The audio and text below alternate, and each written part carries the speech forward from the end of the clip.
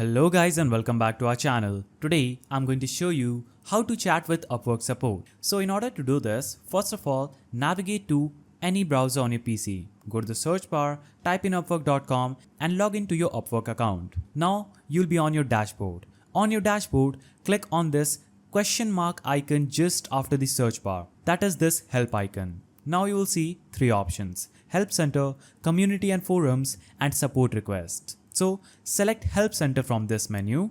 Now you will see this page. Now in order to get to the chat support for customers, you'll have to click on the Contact Support button just right here at the top. Click on Contact Support and this is going to open up this page. Under this, you'll have to choose Chat with Support option. Click on it and you will see Upwork Chat Support opening up. You'll have to simply type your query here in this field, place your cursor and ask Upwork Support anything that you want to get resolved. Then click on this Send Message button. After that, Upwork Support will answer your question, and by doing this, you would have successfully contacted Upwork Chat Support. So if you found this video helpful, please don't forget to give it a thumbs up, subscribe and hit that notification bell. Now we'll see you in the next video.